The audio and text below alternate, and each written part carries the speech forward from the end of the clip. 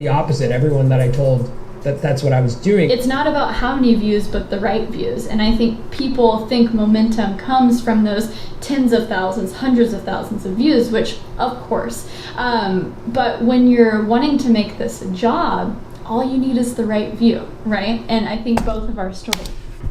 I can't even begin to explain how important that piece of advice is. All of this work I'm doing with Collective was based off of one video with 1,000 views. And because an even smaller number of people than that liked the style of the video, that then led on to multiple projects, and years later there's still a strong relationship, and it just kind of dominoed.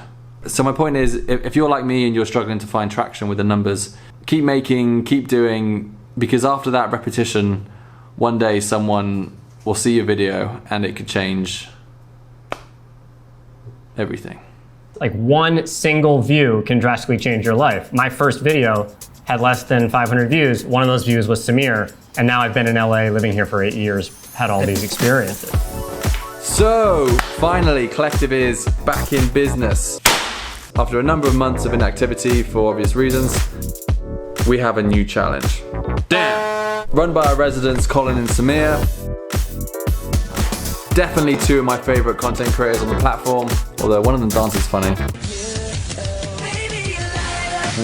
What is up with that? I want to see more of that. And the challenge is called the Found Footage Challenge. These are all of our hard drives. They carry all of our stories, films that we've made, as well as footage that has never been released. This challenge is about the almosts, the films that never quite came to be. We want the full story, so why it wasn't finished, what would you have done differently, but most importantly, get funky with it.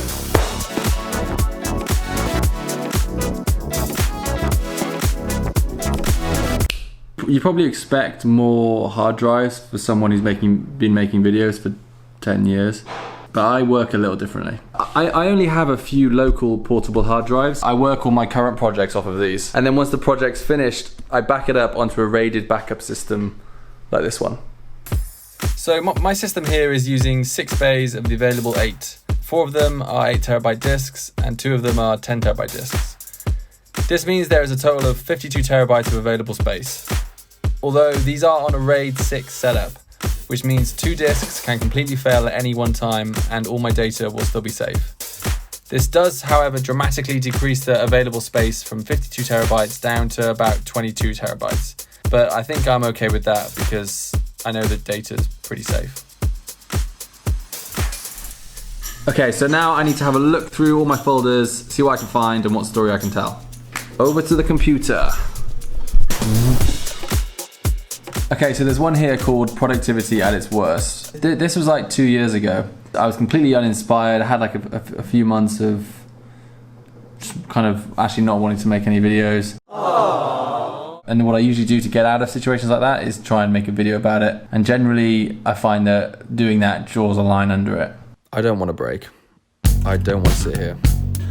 And I can't listen to any more Post Malone.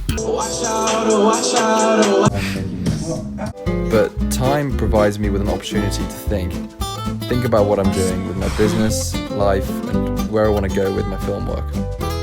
It gives me time to create more of the stuff I want to make. I think that's good.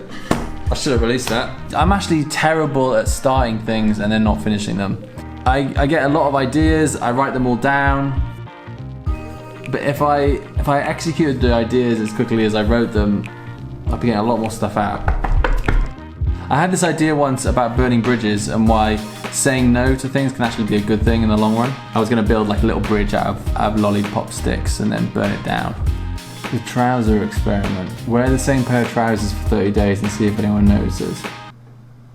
I once had this idea about an escape from the flat I used to live in, where I ran out of food and I lost my key fob. It is based kind of on a true story. And the idea is I created a pulley system through the window where I could pull a bit of string and it would press the buzzer in my flat and then it would let myself back into the building. I filmed the whole thing. I was filming it until like 5 a.m. There was a piece to camera. I was using the cupboards as like a whiteboard.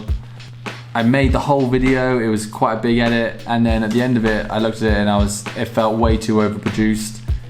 It really felt fake. and that wasn't the intention. So literally 2 years later, I revisited it. I'm on TikTok, and I'm like, this video could work quite well as a TikTok if I can get rid of a lot of the production elements, so it feels a lot more, a lot less produced.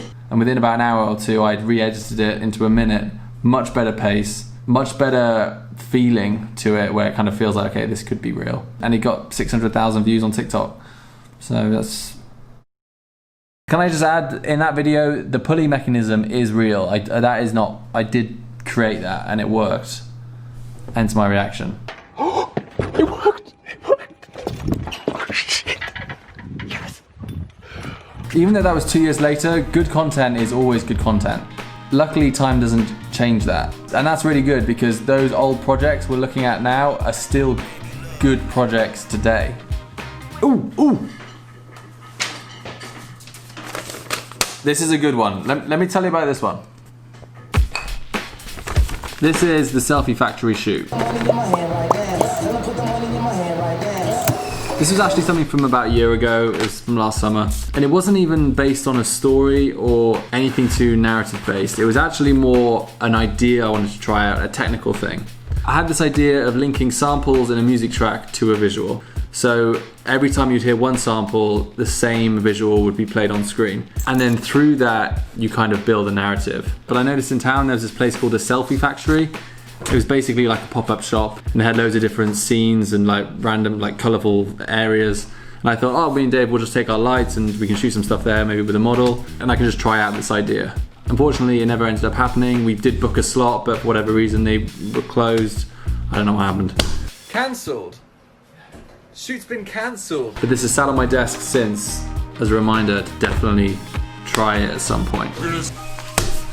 We're gonna skate to one song only.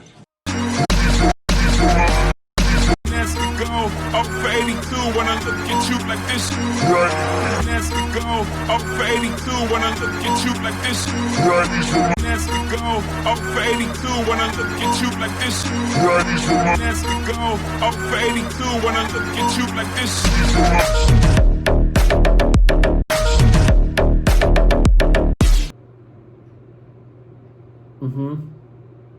Yep.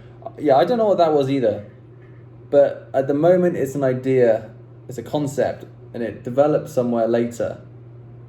And I mean, that is the point of all this, right? Remember, the challenge is to tell us about your almost films in 60 seconds. It's not to actually finish the project. But who knows, wouldn't it be cool if this challenge does actually reignite the energy in the project and encourage you to end up finishing the film?